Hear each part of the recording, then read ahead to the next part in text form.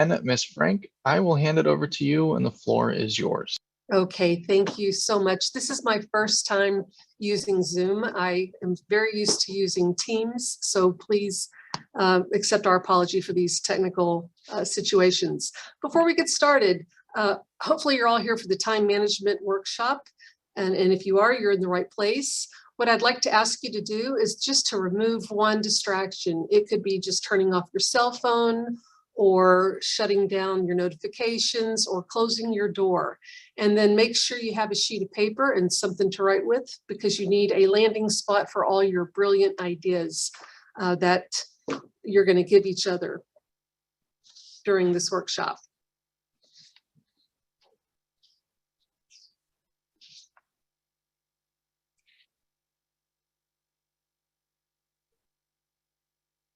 Okay, very good. Now, before we go over to the objectives, I'd like to know why you're here. Would you mind either, I guess, just typing into the chat? I don't know if you're able to come off mute, but could you type into the chat why you are here today? What is your motivation? What are you hoping to get out of this wonderful hour that we have together?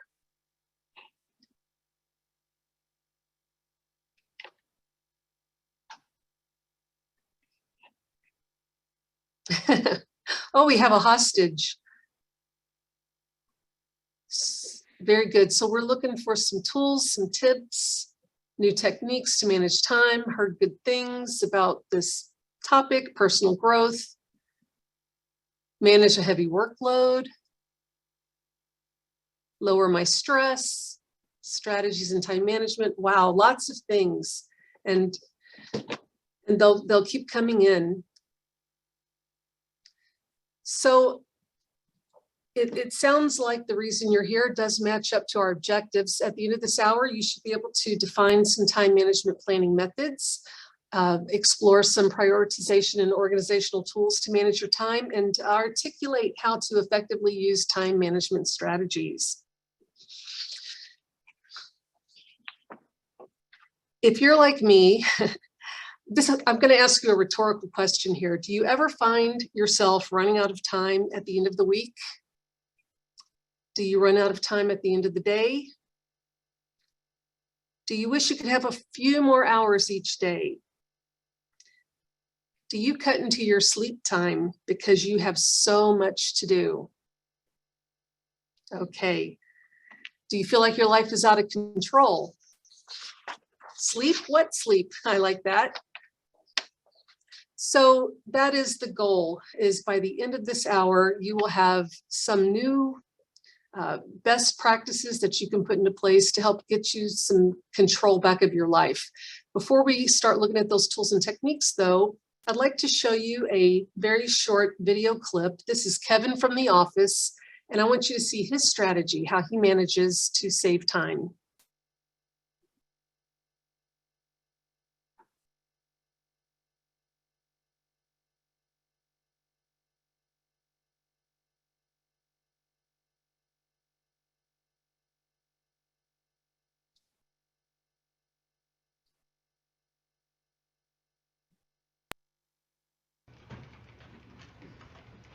Hey, so this isn't matching up with this, and I'm not sure which one's right. Can you just hunt down the original for me? Yes, me do. All right.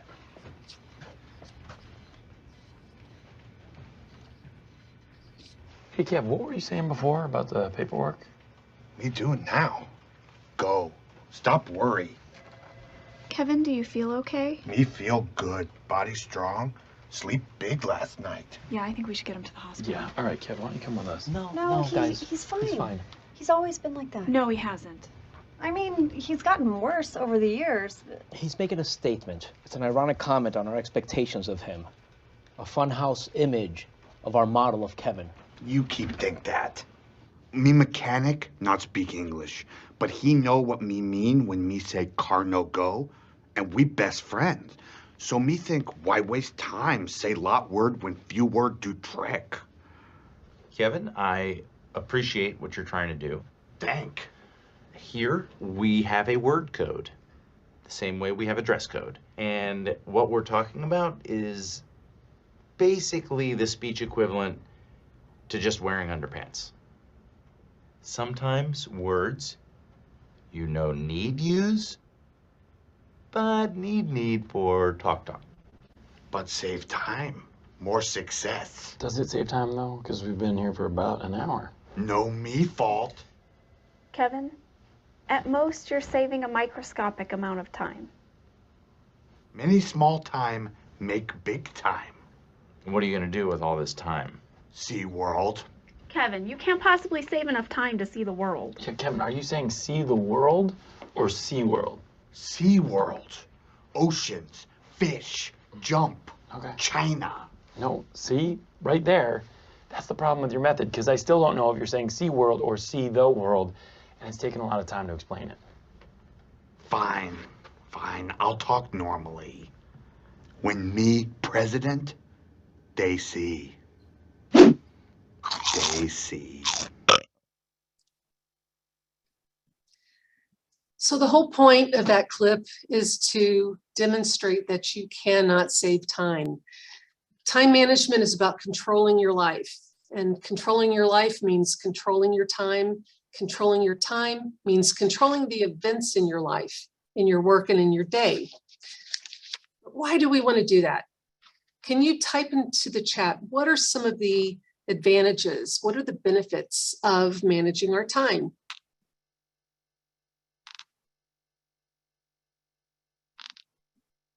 More productive, more energy, less stress, maximize production, help with structure, quality of the work, sense of accomplishment, lots of good things.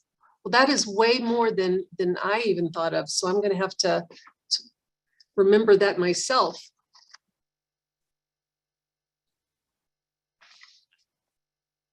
Next slide, please. And go ahead and skip this one. So where does the time go? You know, if you ever are working with an accountant trying to get control of your budget, or if you're on a diet, one thing that you do is you track either where all of your money goes, or you track everything that you eat. It's really the same. You need to really do the same thing with time. And so if you're wondering, where do all those hours go each week, I'm going to show you a couple of ways that you can track that time yourself. Next slide, please. Jesse, did we get the handout to them by chance? No, but I'll drop it in a moment. Okay, so we have a 3-page handout for you, and one of the pages looks like this. And what I'm going to ask you to do is, for the next week, just jot down what you're doing during these hours, or you don't have to do hour by hour if you just want to block morning and evening, whatever works for you. But if you start jotting down how you spend your week, then it's going to be much easier for you to then manage your task during the day, managing the events. Time management is about managing your events. Next slide. All right, I want you to finish this sentence, and you can, oh, look, Jesse put the handout in the chat. Thank you, Jesse. Finish this sentence. If I had more time, I would fill in the blank. What would you do? Improve my golf game, sleep, relax, cram more stuff in, yes, travel, spend time with family, get organized, hobbies, take a lunch break, family, projects, relax on the beach. Okay, so the reason that I asked you to do that is because however you answer this question, that tells me what you value. Oh, knitting, wonderful. Self-care, workout. Yeah, these are your values. And they're probably things that you're not able to do because your life is out of control. You're in the whirlwind. And probably every time you try to do something, you have some drive-by, another data call, you know, something that takes that time away from you. So what are we going to do to manage that so that you have time to do all of these things that you're putting in the chat box? Next slide, please.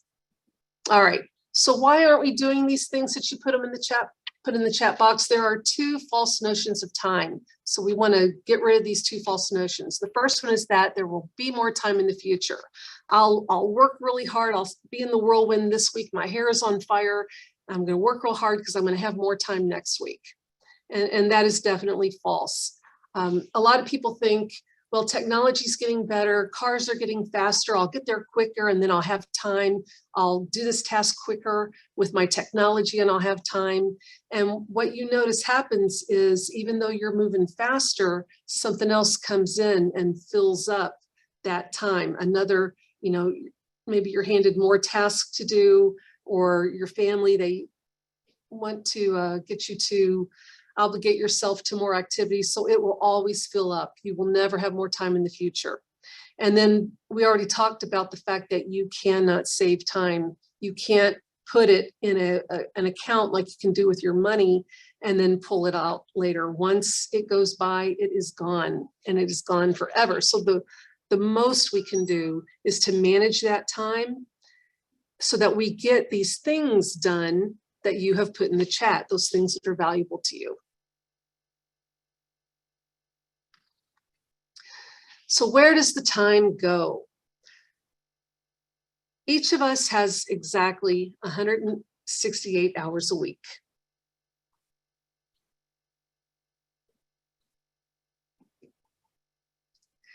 So I'm just going to demonstrate what my typical week looks like. So I work about 40 hours a week.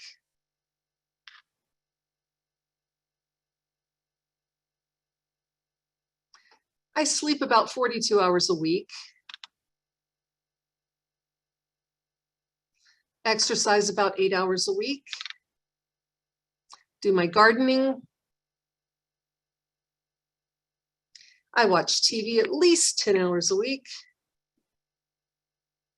I like to read about 4 hours a week. And then I have my personal time.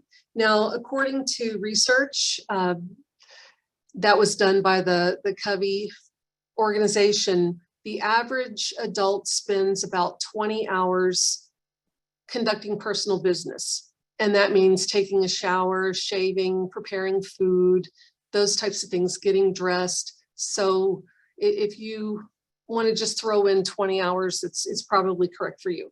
So this is how I spend my week. And if you look at this, I have 34 hours left over a week. So I should be able to do all of this time, all of this stuff that I want to do, the extra important things. So what I'd like you to do with that scrap piece of paper that you have is write down, try to estimate where you're spending your time. I'm going to give you about 2 minutes to do this. So take into account, you might have a commute. You will need to put that in there. If you're doing volunteer work, throw that in there. Start off with 168 hours and see if you have any time left over. And we're going to start the clock and give you 2 minutes to do that. So don't think too hard on this.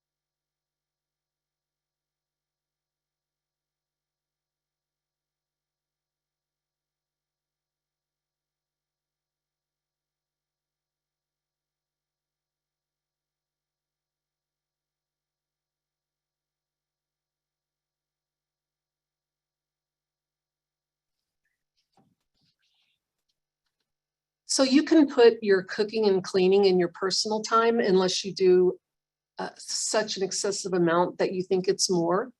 The 20 hours is just a general average from the research.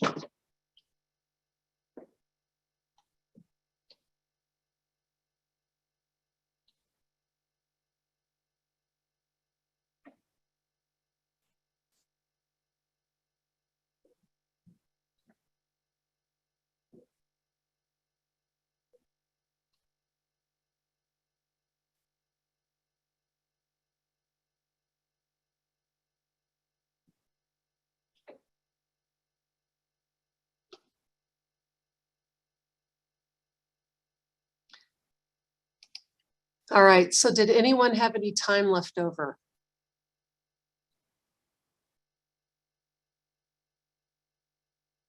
No, yes. But do you feel like you really have that time? Oh, someone had a negative number. You must be multitasking. Yeah, on paper, it looks like we have all of this extra time, but in our life, it feels like we don't. So where is that time going? And again, there is a time tracker in the handout in the chat that Jesse put there.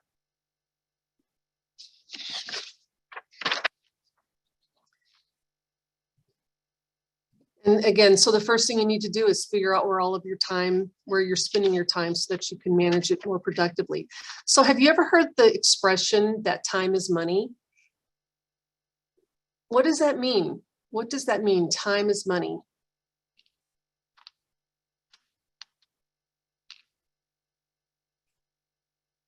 So money and time, they do share some common characteristics. They're both finite, they're both valuable, and they both need planning to use them well. The only difference is that you can save up your money. You can make some money, you can spend some money, and then you make more money. You can always make more money. But the thing about time is once it's gone, and you can't save it up. So take a look at this statement on the next slide. Do you agree or disagree with this statement? I'm seeing a lot of disagree. So I'm 100% in control of my time. All right. So as a group, oh, go back, Jess. As a group, I want you to think of things that you have total control of and put those in the chat. What do you have total control of? My reactions, my actions, my feelings, emotions, my attitude, my response. I have control, but the question is that, do I manage it properly? Okay, I'm in control of my time after work, sleep, TV, chores, myself, how I spend my time. Okay, good. I was hoping that this is the type of things that you would come up with. Now, what are the things that you have absolutely no control over? What do you have no control over? Other people, the traffic, the weather, other people and their reactions. Exactly. Good. We are on the same sheet here. So when you think about having control of your time, a lot of people think, well, I have no control of the weather. If it's going to rain and that's going to slow me down, I have no control if there's going to be a traffic jam. I have no control of how other people, the drive-bys that are going to come by my office, the data calls, and you don't, but you do have control of how you react. You have control, I don't have control of my traffic commute, but I have control of how I get organized the night before. I can lay my clothes out. I can have a landing spot where I put my computer and my badge and my bus ticket. So there are things I can do that give me some of that control back. So if you think of it in that way, you start thinking, what do I have control over? And I told this story a few weeks ago. I used to have beautiful hair. I used to get it cut and layered, and I would get up in the morning and wash it and blow it dry and put it in curlers and get all the hairspray, because the higher the hair, the closer to heaven. And then I had this very long commute now.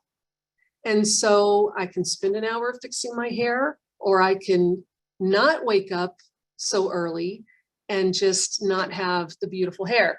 So there are things that you can do to manage your activities to give you more time for some of the other activities.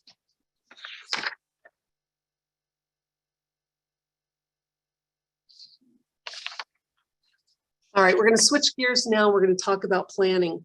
I usually put people into groups and we answer this question, but with such a small such a small, a large group here. We're not going to do it. We're just going to, as a group, answer these questions. How do you define planning?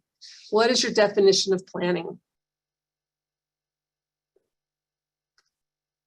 Now, most of this information from this presentation came from Franklin Covey's 7 Habits for Highly Effective People. I'm liking what I see there in the chat. According to Covey, a plan is a detailed scheme or method worked out to accomplish a task or a goal. If you look it up in the dictionary, it's a purpose. It means to prearrange. And so what kinds of planning do we do to get our job done? Writing it down, step by step, organizing the day, prioritizing, exactly. What makes an effective plan? What makes a plan effective? Putting it on the calendar, that's good. Time blocking, making a list, keeping it realistic. You guys know this stuff. So make sure with your plan, you put the what, the when, the who, the why, all of that.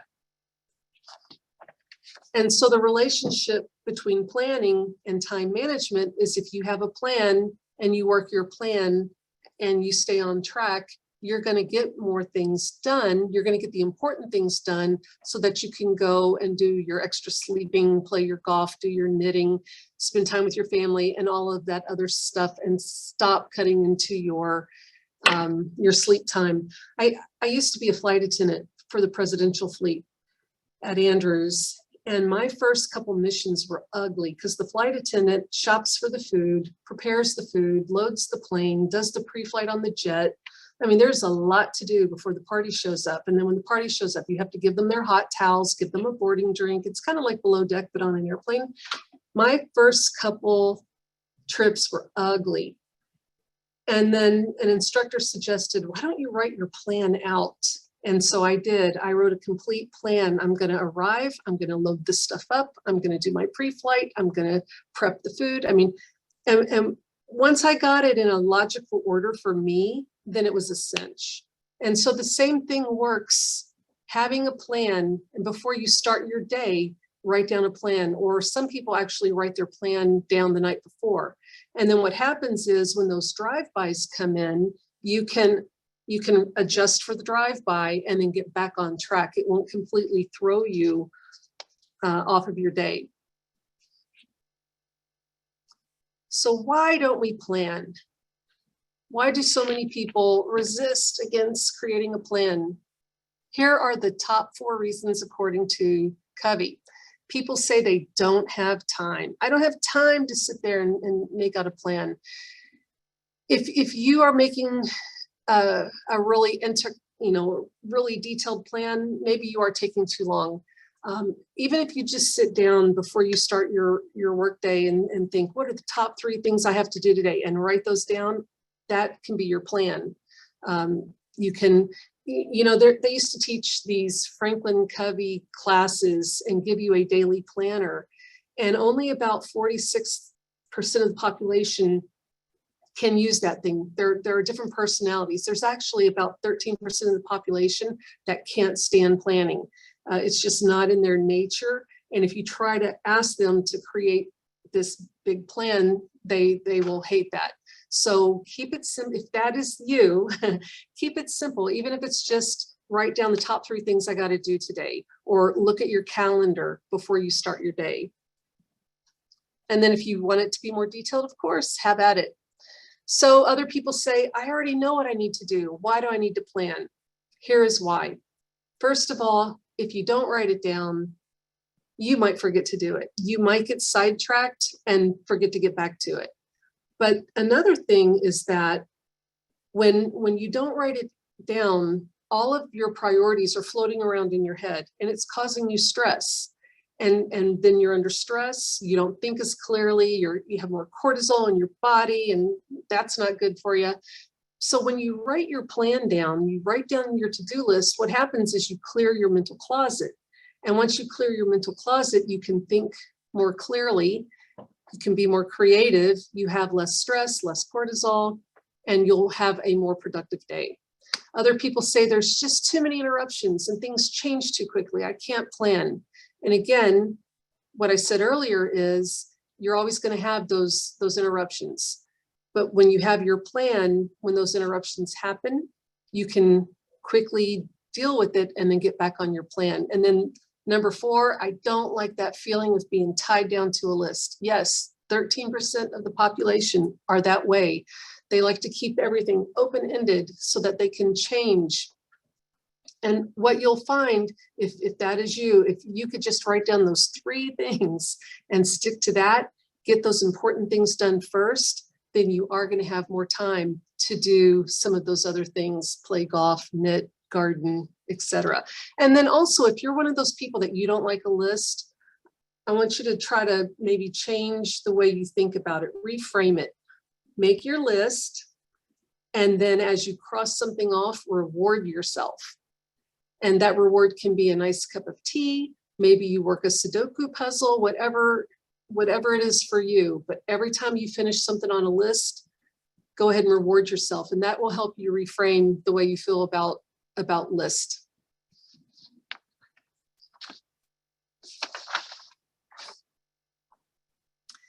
Now we're going to discuss some keys to time management. The first key, again, know where your time goes.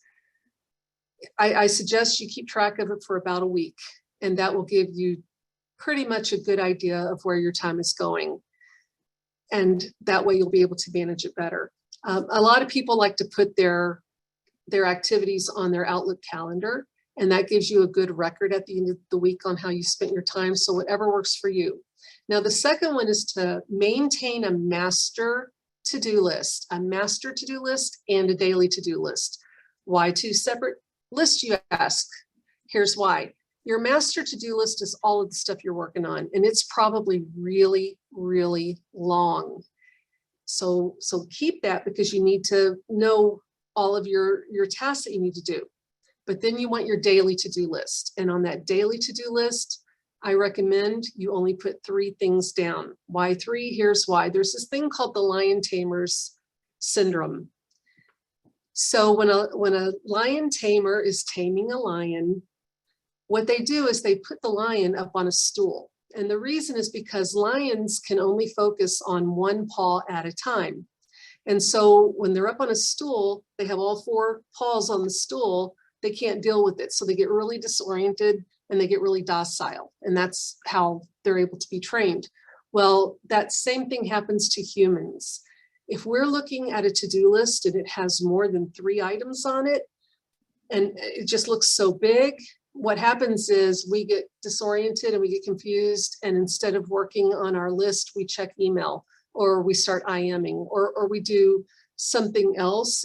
And it keeps us from focusing on those most important things. So if you take that big list, take the top 3 things that really need to get done today, put that on your smaller list, focus on that. And then if you manage to get those 3 things done, then go back and look at your bigger list. And then the third key is to get organized. Now, the Franklin Covey 7 Habits for Highly Effective People, of course, that was written before we were all virtual. And so the suggestions that were in that course are things like clean out your files, recycle and shred all of your old stuff, retire your old files, label things. So obviously now we're virtual, but you can do the same thing.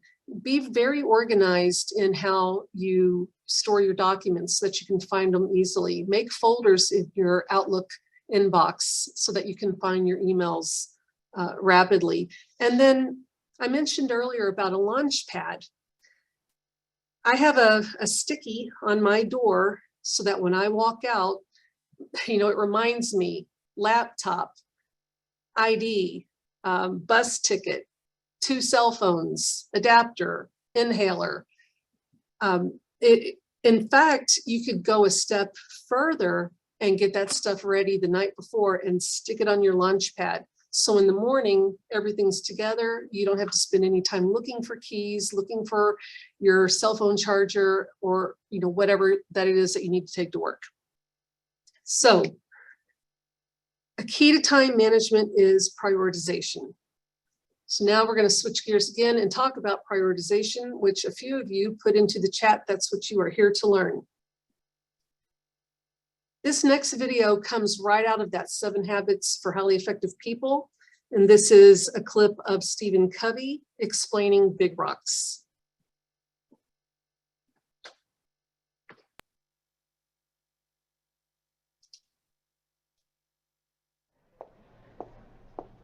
Your name is? Elizabeth. Elizabeth. You have a work life? I do. Family life as well? Children? Not yet. Not yet. What's the nature of your work assignment? I direct an international firm. An international firm? So you really are interfacing with all kinds of people in the firm and outside the firm. That's right. You want a rich personal life and a rich family life. Do you ever feel like you get bogged down in the thick of thin things? Yes. Well, that might be analogous to all these little, small things that tend to fill our life. And that just little by little, they just accumulate. Now, your job, you can't go above this, is to get all those large rocks in the jar. Good luck.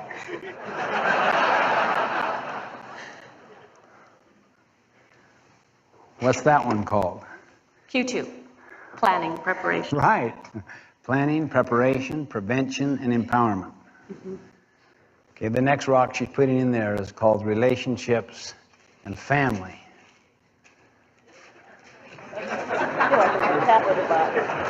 You didn't look at that third rock you put in there. That's employment, some key employment issue, and then you put major projects here. I can't get it above there. I haven't worked it yet. Oh, yeah, that's right.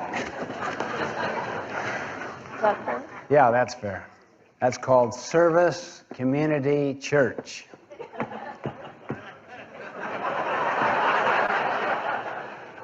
Do you ever feel like this? Yes. How many feel like this? By moving the little things around, you might squeeze in one more of those big major things. It's almost. Wow, that is good. You know, if it doesn't fit, force it. Here's something that's called urgent and important. It's a quadrant 1 thing that is blindsiding you, that it's your biggest client, that if you don't get back to that client now,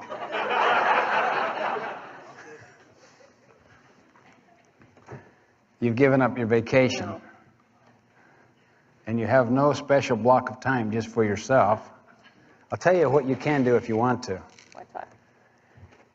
You can take a whole different approach. You have a totally fresh bowl. You can work out of a different paradigm altogether. Well, then I'd rather put these in the bottom and then pour the little pebbles on top. Employment, Big opportunity, big opportunity. important and urgent, block of time. Those young children keep looking at me. Glad my husband's not here. Now I dump these in there. Okay?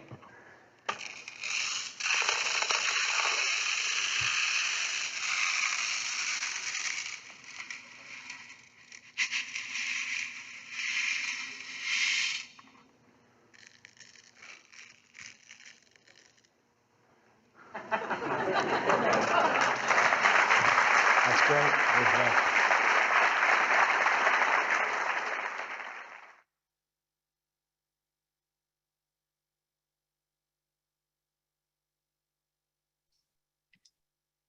Very good. So the takeaway here is make sure you take care of the big rocks first, because there's always going to be tons of little rocks to fill in the time. Get the important stuff done first. So again, back before we were all virtual, when in fact, before the Paper Reduction Act, what we used to teach people is every day when you get to your desk, you take your inbox, you pull all that paper out and you sort it into 3 piles. Must do, I must do this today. Should do, would be nice to do. So you have your A pile, your B pile, and your C pile. And what we would tell people is take that C pile and stick it in a desk drawer because you don't even want to see it. You might accidentally work on it. And then you take the B pile, you stick that back in your inbox. So you sit there and you work on that A pile. If you happen to finish the A pile, then you grab your B pile and you start working on that. But you only touch that C pile if A and B are done. But now we're virtual. And so we do the same thing. You make a list. You take your big to-do list and you put an A beside the must do. It's critical, it's time sensitive. The B is the should do, and then the C is the nice to do. And then you work on your A items first, and then your B items and your C items. So that's one way to do it. Next slide, please. This is in the handout, and this comes again straight from the Covey 7 Habits for Highly Effective People. They break it into 4 quadrants. Your urgent and important. This is the stuff, it's in your face and it is urgent. It's coming up, maybe you have to get ready for a meeting perhaps. You're not urgent, but important. It's not standing there in your face, but it's really important. It needs to get done. You're urgent, but it's not important. So that's in your face, perhaps, but it really isn't that important. And then you're not urgent and not important. And so what you do is, obviously, you're going to take care of your urgent and important tasks first. Once you finish those urgent and important, then you can go to your not urgent but important, get that done later. What Covey suggests for your urgent but not important is to delegate that to somebody else because it really isn't that important to you, but it might be important to someone else. So if you can, delegate it. And then the not urgent and not important, Covey suggests eliminate these tasks. Spend your time on your quadrant 1 and your quadrant 2. In fact, if you take the in-person class, they give you a door sign to put on your door. So if you're in quadrant 1, it says, go away. I'm in quadrant 1 working on an urgent, important task. Or if you're on a quadrant 3 or 4, it says, come in, but you can do the same. I don't know if I would use those same words, but if I'm working on a very urgent and important task, I'll put up on my team's status, do not disturb. I'm working on an important deliverable or something to let people know I'm not rude and ignoring you, but I am working on a really important task right now. So how do we get started? You're going to go ahead and jot down all of your activities. Then you're going to rate them, add them to the matrix, and then do the matrix. All right. Shifting gears again, let's talk about procrastination. Procrastination is defined as putting off decisions and actions resulting in delays and missed deadlines. I'm sure that never happens to you, right? The Covey definition of procrastination is you've decided that a project is an A, you've verified your choice, you even set aside some time to work on it, and you're still not doing it. Why does that happen? Why do people procrastinate? What do you think? Put it in the chat.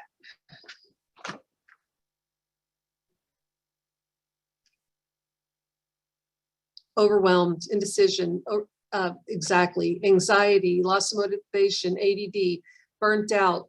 Yep, and that whole lion tamer thing too. So again, only try to work on 3 things at once. So how do we then mitigate that? If we're anxious, we have fear, if we're overwhelmed, what can we do to get through that and work on a project? Very good. Oh, Kenyatta, awesome. Break it down into smaller tasks. What Covey tells you to do is that if you have a task that you're really dreading and you really don't like doing it, for me, it's arranging travel. Can't stand it, don't like doing it, hate filing a travel voucher. So when I get back from travel, or if I'm planning travel, I know I hate doing this task, I do it first. When I start my day, I do that first and get it over with. Because if I procrastinate, again, I'm filling up my mental closet. It's floating around in there. It's causing me stress. It's releasing cortisol. So do it first and then reward yourself. And then start working on your other projects. Break it down into smaller tasks. There's a website. It's called flylady.net. And the Fly Lady, she teaches you how to get things done, typically chores in your house. And like if you have a big chore that you hate doing, what she says, set a timer for 15 minutes and just work on it for 15 minutes. And just 15 minutes a day until it's done. And you'll be amazed at how much you can get done in 15 minutes, but you can do anything for 15 minutes. There's an expression, how do you eat an elephant? One bite at a time. So think about that, reframe when you see these big projects that you're working on, and just work on it a little bit at a time.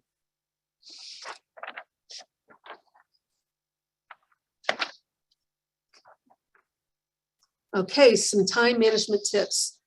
You know, have you ever heard the expression, if the only tool you have is a hammer, then everything needs to look like a nail? I'm throwing in a lot of tips and techniques, and they might not all work for you, but try them and find the ones that will work and put those into your life. This first tip works great for me. I love it. It's called batching. And batching is when you intentionally set aside amount of time and just work on certain tasks. And it works well with your repetitive tasks, your things that are similar. For example, if like I used to manage time and attendance, and that's back when people turned in the paper leave form. So I would get these throughout the day. Instead of stopping what I'm doing, taking that form, opening up the time and attendance thing, processing it, punching 3 holes in it, putting it in the binder, putting the binder, instead of doing that 10 times a day, I would just open the binder once a day, pick up the 10 forms, and process them all at once. So batching things together.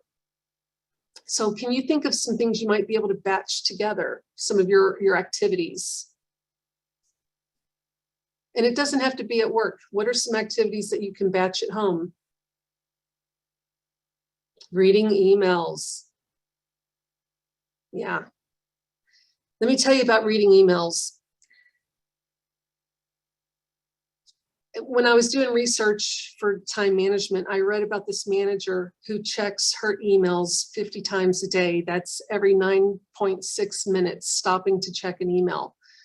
So what happens is every time that you refocus, because we are not built to multitask for cerebral things. So every time that you stop what you're doing to check an email and then come back, it takes exactly 7 minutes, well, approximately 7 minutes for you to be back fully engaged in the project. So every time you check an email, you switch your attention, you've just lost 7 minutes of productivity. So instead of checking your email every time it comes in, set a time on your calendar and check emails then, unless you're a first responder. I don't think any of us are first responders. Now, if you do this, let your boss know what you're doing, because if your boss needs to get a hold of you and you're in batching time, then, let them know to contact you, maybe call you on the phone. Because when I'm in my batching time, I turn off all my email notifications and I turn off my Teams notifications, because I don't want to lose that 7 minutes of productivity. But I let my boss know and my coworkers know. And then be respectful of your coworkers. If you see that their red light is on, don't send them a Teams chat. Send them an email and they can get to it later. Now, let your boss know if it's super important and I've got all my notifications turned off, you might need to call me on the phone. The prime time. Now, this comes out of a book called When by Dan Pink. He did a big study on time and found out that everybody has a time of day when they're their most productive. Figure out what your prime time is, and that is the time that you want to be working on your A priorities. Most people's prime time is in the morning until noon, and then we drop off horribly. But there are some people who are the opposite. So figure out your circadian rhythm, what your prime time is, and that's when you want to work on your A priorities. You want to check email and have meetings in the afternoon or whenever it's not your prime time. Transition time. I see people will schedule meetings from 9 to 10 and another meeting from 10 to 11 and so on. And this is back when we're in the building and they're going from the 5th floor to the 3rd floor to the 7th floor. And there's no transition time in between. And it's very unproductive. So what people are doing now is scheduling meetings that start maybe 5 minutes after the hour. And that gives people time to come out of their last meeting, clear their mental closet, and then mentally prepare for the new meeting. So think about that. And now this fourth one is going to blow your mind. It came out of a book by David Allen called Getting Things Done. And they actually teach this at Treasury Executive Institute. Keep your inbox empty. If I was able to share my screen, what I wanted to do today is show you my inbox because it is empty. I know it blows your mind. How do you do that? The 3 Ds. When you're in your batching time, checking your email, read the email once. Either do it, delegate it, or delete it. So what that, and again, I'm sorry that I can't show you my inbox. If I can do it, if I can read it and answer it, then it's gone. If it's something that I don't need to do until later, it's maybe a piece of something I'm working on, I put it into the folder. And then, I don't know about you, but I get CC'd on a lot of emails that I don't need to be CC'd on, and I just delete them. And I get a lot of marketing. So go through, delete, do what you can, and then delegate the rest.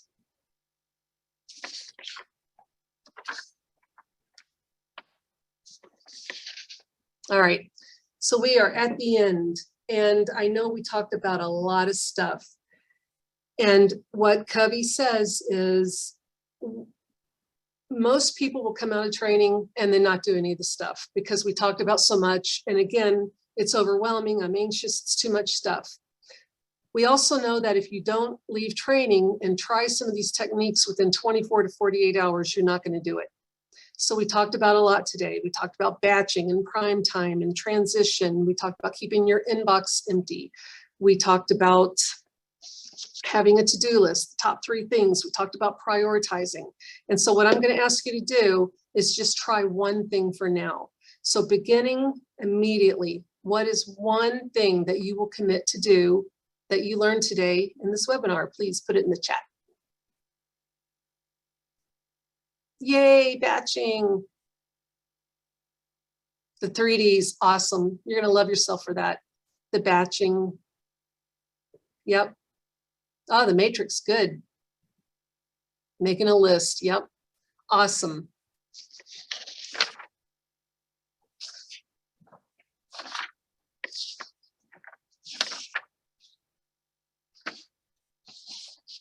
All righty.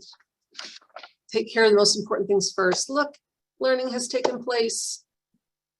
Master list, handle 3 actions at a time. Yeah, there's actually an entire course called 4 Disciplines of Execution. It's another Franklin Covey product. And through their research, if you are working on 1 to 3 things at a time, you'll get 1 to 3 things done. If you're working on 4 to 7 things, you'll get 1 thing done. If you're working on 7 to 10 things or more, you'll get 0 things done. And it goes back to that lion tamer effect. So don't work on more than 3 things at a time. All right, next slide, please. Yep, put the big rocks first. Next slide. All right, so by now, define those time management planning methods. It's the having a plan and working your plan. The prioritization and organization tools, we talked about the quadrants, we talked about the ABC method, but the most important thing, if you take away nothing else, big rocks, do them first. And then how do we effectively use time management strategies? Again, we talked about batching, we talked about prime time, transition, and keeping your inbox empty. There are a plethora of more management tips that we just couldn't fit everything in 1 hour. So you can easily go into the internet machine and Google. There's a thing called the tomato method, or actually it's called the Pomodoro method. That's very effective. There are tons of apps that you can download on your phone that will help you manage your time. And using your Outlook calendar, putting your to-do list on your Outlook calendar to help remind you to do those things. So I hope that you don't stop with your learning here. There's LinkedIn Learning, tons of other methods for time management. We can't not accept the workload, but we can manage how we prioritize it. We can manage the distractions so that we don't lose 7 minutes refocusing. Every time we check email, we can lay our clothes out the night before. We can do those types of things and then make the most out of our time so that we can go play golf and garden and knit and spend time with family, etc. So we have 6 minutes left. Jesse, do we have any time for questions? Yeah, I mean, we have that 5 minutes. So if you would like to use that to answer a few questions in the chat, that is perfectly fine.